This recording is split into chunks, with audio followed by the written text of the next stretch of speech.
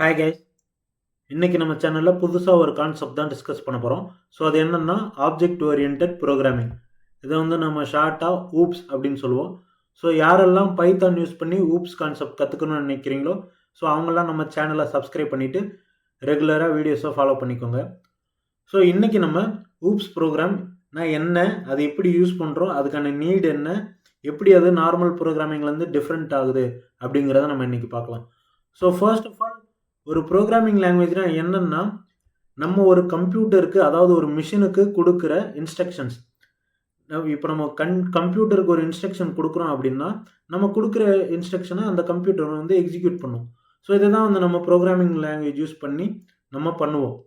So இப்போ அந்த oops அதுலேருந்து எப்படி டிஃப்ரென்ஷியேட் ஆகுது அப்படின்னா, ஸோ நார்மல் ப்ரோக்ராமில் நம்ம ஒரு இன்ஸ்ட்ரக்ஷன்ஸ் கொடுப்போம். இப்போ பிரிண்ட் ஹலோ அப்படின்னா எனக்கு அந்த கம்ப்யூட்டர் வந்து ஹலோ அப்படின்னு பிரிண்ட் ஆகும். ஸோ அங்கே என்ன பண்ணுதுன்னா, ஹியூமன்ஸ் சொல்கிற ஒரு இன்ஸ்ட்ரக்ஷன்ஸை ஃபாலோ பண்ணுது. இது சிம்பிளாக இருக்கிறப்போ ஓகே. இதே வந்து ஒரு நம்ம சாஃப்ட்வேர் பில்ட் பண்ணுறோம், இல்லை ஒரு அப்ளிகேஷன் பில்ட் பண்ணுறோம் அப்படின்னா, நம்ம அங்கே வந்து நிறைய கோடை எழுதணும், நிறைய ஃபங்க்ஷன்ஸ் கொடுக்கணும். ஸோ அப்படிங்கிறப்ப நம்மளுக்கு வந்து நார்மலாக கோடிங் யூஸ் பண்ணி அதை அச்சீவ் பண்ண முடியாது. ஸோ அந்த ப்ராப்ளமை ஹேண்டில் பண்ணுறதுக்கு தான் ஊப்ஸ் அப்படின்ற ஒன்று இன்ட்ரடியூஸ் பண்ணுறாங்க. அதுதான் ஆப்ஜெக்ட் ஓரியன்ட் ப்ரோக்ராமிங். இந்த ஆப்ஜெக்ட் ஓரியன்ட் ப்ரோக்ராமிங்கில் நம்ம என்ன பண்ணுவோம்னா, ரியல் லைஃப்பில் இருக்கிற ஆப்ஜெக்ட்ஸை எடுத்துகிட்டு வந்து நம்ம ப்ரோக்ராமிங்கில் கொடுப்போம். அதாவது ஃபார் எக்ஸாம்பிள், இங்கே என்கிட்ட ஒரு ஆப்ஜெக்ட் இருக்குது. அதாவது ரியல் லைஃப்பில் காருன்றது ஒரு ஆப்ஜெக்ட் இல்லையா? ஸோ இதை ஒரு ஆப்ஜெக்டாக நம்ம கன்சிடர் பண்ணிக்கலாம். ஸோ காருன்றது ஒரு ஆப்ஜெக்ட். அந்த ஆப்ஜெக்ட்டுக்கு ரெண்டு விஷயம் இருக்குது. என்னென்னா ப்ராப்பர்ட்டிஸ், அப்புறம் ஃபங்க்ஷன். ப்ராப்பர்ட்டிஸ்னால் ஒன்றும் இல்லை, அந்த காரனுடைய ஸ்ட்ரக்சர், அதாவது அந்த காரனுடைய கலர், பிராண்டு, எவ்வளோ ஸ்பீடு போகும். ஸோ இதெல்லாம் வந்து அந்த காரினுடைய ப்ராப்பர்ட்டிஸ். ஃபங்க்ஷன்ஸ் அப்படின்னா அந்த கார் என்னென்ன ஆக்ஷன்ஸ் பண்ணும் அதெல்லாம் வந்து நம்ம ஃபங்க்ஷன்ஸ் அப்படின்னு சொல்லுவோம், இல்லை பிஹேவியர் அப்படின்னு நம்ம சொல்லலாம். ஸோ கார் வந்து ஸ்டார்ட் ஆகும், ஸ்டாப் ஆகும், மூவ் ஆகும், அப்புறம் ஹார்ன் கொடுக்கலாம். இதெல்லாம் வந்து அந்த ஆப்ஜெக்டினுடைய ஃபங்க்ஷன்ஸ். ஸோ இப்படி ரியல் வேர்ல்டில் இருக்கக்கூடிய ஆப்ஜெக்டை யூஸ் பண்ணி அதனுடைய ப்ராப்பர்ட்டிஸையும் ஃபங்க்ஷன்ஸையும் கம்பைன் பண்ணி ப்ரோக்ராமிங்கில் யூஸ் பண்ணுறது தான் நம்ம வந்து ஆப்ஜெக்ட் ஓரியன்ட் ப்ரோக்ராமிங் அப்படின்னு சொல்லுவோம். ஸோ இப்போ இந்த ஸ்டூடெண்ட்டை ஒரு ஆப்ஜெக்டாக எடுத்துக்கலாம். இந்த ஸ்டூடெண்ட்டுக்கு இருக்கிற ப்ராப்பர்ட்டி என்னென்னா, நேம்ன்றது ஒரு ப்ராப்பர்ட்டி, ஏஜ்ன்றது ஒரு ப்ராப்பர்ட்டி, அப்புறமா ரோல் நம்பர் அப்படின்றது, இதெல்லாம் அந்த ஸ்டூடெண்ட்டுக்கு இருக்கக்கூடிய ப்ராப்பர்ட்டிஸ். இதே ஸ்டூடெண்ட் என்னெல்லாம் ஆக்ஷன் பெர்ஃபார்ம் பண்ணும் அப்படின்னா, ஸ்டூடெண்ட் ஸ்டடி பண்ணும், ஸ்டூடெண்ட் வந்து எக்ஸாம் ரைட் பண்ணும், ஸோ ஸ்டூடெண்ட்ஸ் வந்து கிளாஸ் அட்டன் பண்ணுவாங்க. ஸோ இதெல்லாம் அந்த ஆப்ஜெக்ட்டுக்கு இருக்கக்கூடிய ப்ராப்பர்ட்டிஸ் அண்ட் ஃபங்க்ஷன். ஸோ இந்த ப்ராப்பர்ட்டிஸ் அண்ட் ஃபங்க்ஷனை நம்ம எப்படி யூஸ் பண்ணுவோம்னா, கிளாஸஸ் அண்ட் ஆப்ஜெக்ட்ஸ். ஸோ இந்த கிளாஸஸ் அண்ட் ஆப்ஜெக்ட்ஸ் இருக்கு இல்லையா, இதுதான் வந்து ஆப்ஜெக்ட் ஓரியன்ட் ப்ரோக்ராமிங்கோட ஒரு பில்டிங் பிளாக்ஸ் அப்படின்னே சொல்லலாம். இந்த கிளாஸ் அண்ட் ஆப்ஜெக்ட்ன்றது வந்து ஊப்ஸ்க்கு வந்து ரொம்பவே பேசிக்கான அண்ட் இம்பார்ட்டண்ட்டான கான்செப்ட். ஸோ இது தெரிஞ்சால் தான் நம்ம ஊப்ஸில் வந்து ஒரு பேசிக்கான ப்ரோக்ராமே நம்ம எழுத முடியும். ஸோ அது என்னென்ன அப்படிங்கிறத நம்ம பார்க்கலாம். ஸோ ஃபர்ஸ்ட் ஆஃப் ஆல், கிளாஸ்ன்னா என்னன்னா ஒரு ஆப்ஜெக்டுடைய ப்ளூ பிரிண்ட் அப்படின்னு சொல்லலாம். ஸோ நம்ம ரியல் லைஃப் எக்ஸாம்பிளில் பார்த்தோம்னா, இது வந்து ஒரு ஹவுஸனுடைய பிளான். அதாவது வீடு கட்டுறதுக்கு முன்னாடி அந்த வீடு எப்படி இருக்கணும், அந்த வீட்டில் என்னென்ன இருக்கணும் அப்படிங்கிற ப்ராப்பர்ட்டிஸை டிஃபைன் பண்ணக்கூடிய ஒரு பிளான். இதெல்லாம் வந்து பார்த்தீங்கன்னா அந்த பிளான்லேருந்து கட்டின ஆப்ஜெக்ட்ஸ் அப்படின்னு நம்ம சொல்லலாம். ஸோ இங்கே இருக்கிறது வந்து எனக்கு ப்ளூ பிரிண்ட். இது வந்து அந்த ப்ளூ பிரிண்ட்லேருந்து நான் உருவாக்கின ஆப்ஜெக்ட்ஸ். ஸோ இந்த ப்ளூ பிரிண்ட்டை வந்து நான் கிளாஸ் அப்படின்னு சொல்லுவேன். இந்த கிளாஸ்லேருந்து உருவான ஆப்ஜெக்ட்ஸை வந்து நான் ஆப்ஜெக்ட்ஸ் அப்படின்னு சொல்லுவேன். ஸோ இப்போ எனக்கு கிளாஸ்னால் என்னென்னு தெரிஞ்சிச்சு. கிளாஸ்னால் blueprint of an object. அந்த ப்ளூ பிரிண்ட்டில் என்ன இருக்குன்னா, இப்போ ஃபார் எக்ஸாம்பிள் வீடு எடுத்துக்கிட்டோன்னா அந்த வீட்டினுடைய டிசைன். ஸோ அந்த வீடு எப்படி எல்லாம் இருக்கணும், அந்த வீட்டில் கிச்சன் எங்கே இருக்கணும், ஹால் எங்கே இருக்கணும், ஸோ அந்த மாதிரி அதனுடைய ப்ராப்பர்ட்டிஸையும் பிஹேவியரையும் டிஃபைன் பண்ணக்கூடிய ஒரு ஸ்ட்ரக்சர், அதுதான் வந்து நம்ம பிளான் அப்படின்னு சொல்லுவோம். ஸோ அந்த பிளான் ப்ரோக்ராமிங்கில் நம்ம வந்து கிளாஸஸ் அப்படின்னு சொல்லுவோம். ஸோ இந்த கிளாஸ்க்குள்ளே என்ன இருக்கும் அப்படின்னா, ஒரு ஆப்ஜெக்ட்டுக்கு என்னென்ன ப்ராப்பர்ட்டிஸ் இருக்குது. ஃபார் எக்ஸாம்பிள் இந்த கார் எடுத்துக்கிட்டோம்னா இந்த கார் என்னென்ன ஃபங்க்ஷன் பண்ணும், என்னென்ன ப்ராப்பர்ட்டிஸ் அது இருக்குது அப்படின்றத டிஃபைன் பண்ணும். ஸோ அதுதான் வந்து கிளாஸ். அடுத்தது ஆப்ஜெக்ட்னா instances that created from a class. ஒன்றும் இல்லை, இன்ஸ்டன்சஸ் அப்படின்னா இந்த கிளாஸ்க்கு ஒரு ஸ்ட்ரக்சர் இருக்கு இல்லையா, இந்த ஸ்ட்ரக்சர்லேருந்து நம்ம ஒரு பொருளை உருவாக்கணும்னா அதை வந்து நம்ம ஆப்ஜெக்ட் அப்படின்னு சொல்லுவோம். ஃபார் எக்ஸாம்பிள், இப்போ நான் இந்த காரை கன்சிடர் பண்ணாதீங்க, விட்டுருங்க. நான் பேசிக்காக ஒரு ப்ராப்பர்ட்டிஸ் பார்க்குறேன். கலர் வந்து ரெட், பிராண்ட் வந்து, ஸோ இந்த கலர், பிராண்டு, ஸ்பீட் அப்படிங்கிறதெல்லாம் வந்து ப்ராப்பர்ட்டிஸ். இந்த ஸ்டார்ட், ஸ்டாப், மூவ், ஹார்ன் இதெல்லாம் வந்து பார்த்தீங்கன்னா ஒரு ஆப்ஜெக்டுடைய ஃபங்க்ஷன்ஸ்.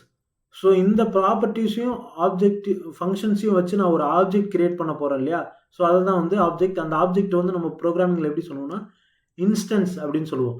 அதாவது இந்த இருக்கிற ஸ்ட்ரக்சர்லேருந்து உருவாக்குற ஒரு ஆப்ஜெக்டை நம்ம வந்து இன்ஸ்டன்ஸ் அப்படின்னு சொல்லுவோம்.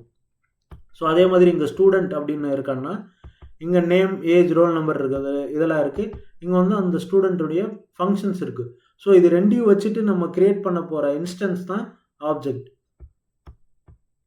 ஸோ கிளாஸ்னால் வந்து நம்மளுக்கு ஒரு ஆப்ஜெக்டுடைய ப்ளூ பிரிண்ட் இருக்கும். அந்த ப்ளூ பிரிண்ட்ல இருந்து உருவாகிறத நம்ம ஆப்ஜெக்ட் அப்படின்னு சொல்லுவோம். ஸோ இப்போ நார்மலான ப்ரோக்ராமிங்க்கும் ஊப்ஸ்க்கும் என்ன டிஃப்ரென்ஸ் இருக்குது அப்படிங்கிறத நம்ம பார்க்கலாம். ஸோ நம்ம ஊப்ஸில் என்ன பண்ணுவோம்னா, ஃபார் எக்ஸாம்பிள், இப்போ என்கிட்ட ஒரு ஸ்டூடெண்ட்டுன்ற ஒரு ஆப்ஜெக்ட் இருக்கானா, அந்த ஸ்டூடெண்ட்டுடைய ப்ராப்பர்ட்டியை நான் முன்னவே டிஃபைன் பண்ணிடுவேன். அந்த ஸ்டூடெண்ட்டுடைய ஃபங்க்ஷனையும் நான் முன்னவே டிஃபைன் பண்ணிடுவேன். ஸோ இப்போ எனக்கு நார்மலாக நான் ஒரு கோடு எழுதணும்னா, நான் வந்து ஒவ்வொரு ஸ்டூடெண்ட்டுக்கும் ஒவ்வொரு கோடு தனித்தனியாக எழுதணும். ஒவ்வொரு ஸ்டூடெண்ட்டுடைய நேமும் நான் தனித்தனியாக டிஃபைன் பண்ணணும். ஒவ்வொரு ஸ்டூடெண்ட்டுடைய ஏஜையும் நான் தனித்தனியாக டிஃபைன் பண்ணணும். அதே நான் ஊப்ஸ்க்கு வர்றப்போ நான் காமனாக ஒரு ஆப்ஜெக்ட்டுக்கு இந்தந்த ப்ராப்பர்ட்டிஸ் தான் இருக்குது, இந்தந்த ஃபங்க்ஷன்ஸ் தான் இருக்குன்றதை நான் முன்னவே டிஃபைன் பண்ணிடுவேன்.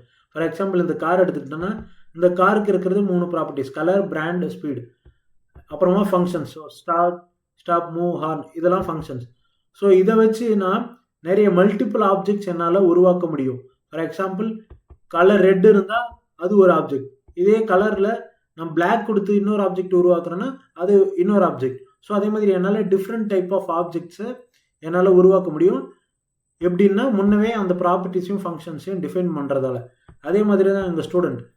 இங்கே வந்து நம்மக்கிட்ட ஸ்டூடெண்ட்டுடைய ப்ராப்பர்ட்டி இருக்குது. இந்த ப்ராப்பர்ட்டியை வச்சு என்னால் மல்டிபிள் ஸ்டூடெண்ட்ன்ற ஆப்ஜெக்டை உருவாக்க முடியும். ஸோ இங்கே வந்து நம்மளுக்கு 5 ஸ்டூடெண்ட் இருக்காங்க. இதில் ஒவ்வொரு ஸ்டூடெண்ட்டுமே வந்து ஒரு ஒரு ஆப்ஜெக்ட். ஸோ இவங்களாம் எதால் டிஃபைன் ஆகிறாங்கன்னா இந்த name, age, roll number. So இதை வச்செல்லாம் நம்ம அவங்கள டிஃபர் பண்ணிக்கலாம்.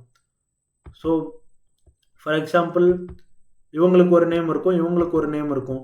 ஆனால் இவங்க எல்லாமே belongs to the same class. Same கிளாஸில் நம்மளால் மல்டிபிள் ஆப்ஜெக்ட்ஸை உருவாக்கிற முடியும் with the use of this properties and function. ஏன்னா இதை நம்ம முன்னவே டிஃபைன் பண்ணிடுவோம். ஸோ இது என்ன ப்ரோக்ராமிங்கில் ஒரு எக்ஸாம்பிளாக பார்க்கலாம்னா, ஸோ நம்ம நார்மல் ப்ரோக்ராமில் என்ன பண்ணுவோம்னா, ஒரு ஸ்டூடெண்ட்ன்ற ஒரு ஆப்ஜெக்ட் கிரியேட் பண்ணுறதுக்கு நம்ம வந்து ஸ்டூடெண்ட் நேம் இப்போ அரவிந்தன்னு கொடுத்துட்டோம் இல்லையா. அடுத்ததான் student age 21, student department AI and டிஎஸ்னு நம்ம கொடுத்துட்டோம். ஸோ இந்த மாதிரி ஒரு கிளாஸில் 100 ஸ்டூடெண்ட் இருக்காங்க அப்படின்னா 100 பேருக்கும் நம்ம தனித்தனியாக கோடு எழுதணும். Student name, student age, student டிபார்ட்மெண்ட்னு தனித்தனியாக கோடு எழுதணும். இது வந்து பார்த்தீங்கன்னா நார்மல் ப்ரோக்ராமிங். இந்த கீழே இருக்கிறது வந்து பார்த்தீங்கன்னா நம்மளுக்கு ஆப்ஜெக்ட் ஓரியன்ட் ப்ரோக்ராமிங் யூஸ் பண்ணி பண்ணது. ஸோ நான் என்ன பண்ணியிருக்கேன்னா, S1 ஸ்டூடெண்ட், அந்த ஸ்டூடெண்ட்டுக்கான ப்ராப்பர்ட்டிஸ் வந்து நான் முன்னவே கிளாஸில் டிஃபைன் பண்ணி வச்சிட்டேன். So name, age, department. So இந்த நான் ஆல்ரெடி ப்ரீ டிஃபைன் பண்ணி வச்ச அந்த ப்ராப்பர்ட்டிஸை வச்சு என்னால் மல்டிபிள் ஸ்டூடெண்ட்ஸை என்னால் க்ரியேட் பண்ணிக்க முடியும். அதாவது மல்டிபிள் ஆப்ஜெக்ட்ஸை என்னால் க்ரியேட் பண்ணிக்க முடியும். இங்கே நான் இந்த ப்ராப்பர்ட்டிஸை ஒரு ஆர்குமெண்ட்டில் கொடுத்துட்டேன். ஸோ நான் என்ன பண்ணியிருக்கேன்னா, அரவிந்த் 21 ஏஐ அண்ட் டிஎஸ்னு நான் கொடுத்துட்டேன். இதே நான் ஸ்டூடெண்ட் 2 எனக்கு வேறு ஸ்டூடெண்ட் வேணும்னா நான் வந்து சிம்பிளாக அந்த கிளாஸில் இருக்கிற ப்ராப்பர்ட்டிஸ் யூஸ் பண்ணி டிஃப்ரெண்ட்டான ஆர்குமெண்ட் பாஸ் பண்ணி என்னால் யூனிக்கான ஒரு ஆப்ஜெக்டை க்ரியேட் பண்ணிக்க முடியும். ஃபார் எக்ஸாம்பிள், அதே கிளாஸ் தான் இந்த ஸ்டூடெண்ட்ன்றது வந்து பார்த்தீங்கன்னா இங்கே கிளாஸாக ஆக்ட் ஆகுது. ஸோ நான் என்ன பண்ணியிருக்கேன், S1 அப்படிங்கிறது ஃபர்ஸ்ட் ஆப்ஜெக்ட். என்னுடைய ஃபர்ஸ்ட் ஆப்ஜெக்ட்டுக்கு ஒரு நேம் கொடுத்துருக்கேன், டிஃப்ரெண்ட் பேராமீட்டர்ஸ் கொடுத்துருக்கேன். என்னுடைய செகண்ட் ஆப்ஜெக்ட்டுக்கு நான் அதே சேம் கிளாஸில் இருக்கிற ப்ராப்பர்ட்டிஸை யூஸ் பண்ணி டிஃப்ரெண்ட்டான ஒரு யூனிக் ஆப்ஜெக்டை நான் க்ரியேட் பண்ணியிருக்கேன். ஸோ இதுதான் வந்து ஊப்ஸுக்கும் நார்மல் ப்ரோக்ராமிங்க்கும் இருக்கிற டிஃப்ரென்ஸ். ஸோ இந்த நார்மல் ப்ரோக்ராமிங் இருக்கு இல்லையா, இதை வந்து நம்ம ப்ரொசீஜரல் ப்ரோக்ராமிங் அப்படின்னு சொல்லுவோம். ஸோ இது வந்து நம்ம ஆப்ஜெக்ட் ஓரியன்ட் ப்ரோக்ராமிங் அப்படின்னு சொல்லுவோம். ஸோ இதுக்கு இருக்கிற டிஃப்ரென்ஸ் என்னென்னு பார்த்தீங்கன்னா, இந்த ப்ரொசீஜரல் ப்ரோக்ராமிங்கில் நம்ம வந்து ஸ்டெப் பை ஸ்டெப், இப்போ ஒரு 100 ஆப்ஜெக்ட் இருக்குன்னா 100 ஆப்ஜெக்ட்டுக்குமே தனித்தனியாக ஸ்டெப் பை ஸ்டெப்பாக ஆப்ஜெக்ட் கிரியேட் பண்ணுற மாதிரி இருக்கும். அந்த ஆப்ஜெக்ட்டுக்கு ப்ராப்பர்ட்டிஸ் டிஃபைன் பண்ணுற மாதிரி இருக்கும். இதே நீங்கள் வந்து ஊப்ஸில் பார்த்தீங்கன்னா, நம்ம வந்து ஒரு கிளாஸ் யூஸ் பண்ணி மல்டிபிள் ஆப்ஜெக்ட்ஸை நம்ம கிரியேட் பண்ணிக்கலாம். ஸோ அதுதான் வந்து ஊப்ஸுக்கும் ப்ரொசீஜரல் ப்ரோக்ராமிங்க்கும் இருக்கிற டிஃப்ரென்ஸ். ஸோ நம்ம வந்து ஏன் ப்ரொசீஜரல் ப்ரோக்ராமிங் விட்டுட்டு ஊப்ஸை ப்ரிஃபர் பண்ணுறோம் அப்படிங்கிறத ஒரு எக்ஸாம்பிளோட நம்ம பார்க்கலாம். ஸோ இங்கே வந்து பார்த்தீங்கன்னா, எனக்கு 2 இமேஜ் இருக்குது. ஒரு இமேஜில் என்னென்னா ப்ரொசீஜரல் ப்ரோக்ராமிங்கை டிஃபைன் பண்ணுற மாதிரி ஒரு இமேஜ், இன்னொரு இமேஜில் ஆப்ஜெக்ட் ஓரியன்டட் ப்ரோக்ராமிங்கை டிஃபைன் பண்ணுற மாதிரி ஒரு இமேஜ். இந்த ப்ரொசீஜரல் ப்ரோக்ராமிங்கில் எனக்கு பார்த்தீங்கன்னா, எனக்கு அது எப்படி இருக்குன்னா லைக் அ மெஸ்ஸி ஹவுஸ், அதாவது ரொம்ப ஸ்கேட்டர்டாக திங்ஸ் எல்லாம் அங்கங்கே இருக்கிற மாதிரி எனக்கு இருக்கும். இதே வந்து ஆப்ஜெக்ட் ஓரியன்டட் ப்ரோக்ராமிங்கில் பார்த்தீங்கன்னா, எனக்கு அந்த டேட்டா வந்து ஆர்கனைஸ்டாக இருக்கும். ஸோ எப்படி ஆர்கனைஸ்டாக இருக்கும் அப்படின்னா, data and functions are together in objects. நான் ஒரு கிளாஸ் கிரியேட் பண்ணிடுவேன், அந்த கிளாஸுக்கு ஆப்ஜெக்ட் கொடுத்துருவேன். ஸோ அது வந்து ஸ்ட்ரக்சர்டாக இருக்கும். அப்புறமா easy to find and use. So இங்கே வந்து பார்த்தீங்கன்னா, எனக்கு திங்ஸ் ஸ்கேட்டர்டாக இருக்குது. ஸோ இப்போ நான் வந்து ஒரு வீட்டில் ஒரு பொருள் எங்கே இருக்குதுன்னு நான் இந்த மாதிரி இருந்தால் என்னால் ஒவ்வொன்றா தேடி கண்டுபிடிச்சிட்டு இருக்க முடியாது. அதே இங்கே வந்து எனக்கு ஒரு பொருள் வேணும், இப்போ எனக்கு ஒரு வாட்டர் பாட்டில் வேணும் அப்படின்னா, அந்த வாட்டர் பாட்டில் எந்த கிளாஸ் அப்படின்னு பார்த்துட்டு அந்த கிளாஸ்க்குள்ளே இருக்கிற ஆப்ஜெக்டை நம்ம ரிசீவ் பண்ணிக்கலாம். ஸோ இதுதான் இங்கே வந்து hard to find what you need. அப்புறமா வந்து data and functions are separate. So இங்கே வந்து எது டேட்டாவாக நம்ம எடுத்துக்கலாம் அப்படின்னா, இந்த மெஸ்ஸி ஹவுஸில் வந்து கிச்சன், ஹால், பெட்ரூம் இல்லை ஒரு டேபிள், அதெல்லாம் வந்து நம்ம டேட்டாவாக எடுத்துக்கலாம். அண்ட் ஃபங்க்ஷன்ஸ் அப்படின்னா அது செய்கிற பிஹேவியர், அதாவது இப்போ ஒரு கிச்சன் எடுத்துக்கிட்டோன்னா அங்கே குக்கிங், அந்த மாதிரி டேபிள்னா ரீடிங், ஸ்டடிங். ஸோ இதெல்லாம் வந்து ஃபங்க்ஷன்ஸ். ஸோ இதெல்லாம் வந்து பார்த்தீங்கன்னா நம்மளுக்கு செப்பரேட்டாக இருக்குது. ஆனால் இங்கே வந்து பெட்ரூம்னா அங்கே என்னென்ன ஃபங்க்ஷன் நடக்கும், ஸ்லீப்பிங், ரீடிங், அந்த மாதிரி ஃபங்க்ஷன்ஸ். ஸோ இங்கே வந்து ஸ்டடி ரூம்னா ஸ்டடிங், ரைட்டிங், ஸோ இந்த மாதிரி ஃபங்க்ஷன்ஸ் நடக்கும்னு நம்ம வந்து தனித்தனியாக டிஃபைன்டாக வச்சுருப்போம். ஸோ ஒரு டேட்டா அண்ட் ஃபங்க்ஷன்ஸ் வந்து சேர்ந்துருக்கும். அதை தான் வந்து நம்ம டேட்டா அண்ட் ஃபங்க்ஷன்ஸ் ஆர் டுகெதர்னு சொல்லியிருக்கோம். அடுத்ததாக பார்த்தீங்கன்னா ரீயூசபிள் அண்ட் ஸ்கேலபிள். ஸோ நம்ம வந்து தேவையானதை யூஸ் பண்ணிக்கலாம் அண்ட் நம்ம வந்து ரீயூஸ் பண்ணிக்கலாம். ஃபார் எக்ஸாம்பிள் நான் முன்னே சொன்ன மாதிரி ஒரு ஸ்டூடெண்ட்டுக்கு வந்து நம்ம ப்ராப்பர்ட்டிஸ் டிஃபைன் பண்ணுறோம் அப்படின்னா, எனக்கு மல்டிபிள் ஸ்டூடெண்ட் இருக்காங்க ஒரு கிளாஸ் அப்படின்னா, நான் திரும்ப அந்த கோடை ரீரைட் பண்ண வேண்டிய அவசியம் இல்லை. நான் ஒரு தடவை எழுதின கோடையே ரீயூஸ் பண்ணி என்னால் புது ஆப்ஜெக்ட்ஸை உருவாக்கிட முடியும். ஸோ அதுதான் வந்து ப்ரொசீஜரல் ப்ரோக்ராமிங்க்கும் ஆப்ஜெக்ட் ஓரியன்டட் ப்ரோக்ராமிங்க்கும் இருக்கிற வித்தியாசம். ஸோ பேசிக்காக ஒரு ஆப்ஜெக்ட் ஓரியன்டட் ப்ரோக்ராமிங்னா என்னென்னா நீங்கள் இங்கே பார்க்கலாம். So ஊப் ஆர்கனைசஸ் code into objects. So அதாவது நம்ம கோடிங் பண்ண போகிறோம். அந்த கோடிங்கில் என்ன பண்ண போகிறோம்னா, ரியல் வேர்ல்டில் இருக்கிற ஆப்ஜெக்ட்ஸை எக்ஸாம்பிளாக எடுத்துகிட்டு அதுக்கு ஒரு நம்ம கோடிங் பண்ண போகிறோம். அந்த ஆப்ஜெக்ட்ஸை ஸ்ட்ரக்சர்டாக மாற்ற போகிறோம். அதை எப்படி ஸ்ட்ரக்சர்டாக யூஸ் பண்ணுறது அப்படிங்கிறத கோடிங் யூஸ் பண்ணி டிஃபைன் பண்ண போகிறோம். ஆனால் ப்ரொசீஜரல் ப்ரோக்ராமிங் என்ன பண்ணால் keeps everything separate and scattered. So நம்மளுக்கு வந்து அந்த ப்ரோக்ராமிங் வந்து ஆர்கனைஸ்டாக இருக்காது அண்ட் ரீயூசபிளாக இருக்காது. ஸோ இதான் வந்து பார்த்தீங்கன்னா ப்ரொசீஜரல் ப்ரோக்ராமிங்க்கும் ஆப்ஜெக்ட் ஓரியன்டட் ப்ரோக்ராமிங்க்கும் இருக்கிற டிஃப்ரென்ஸ்.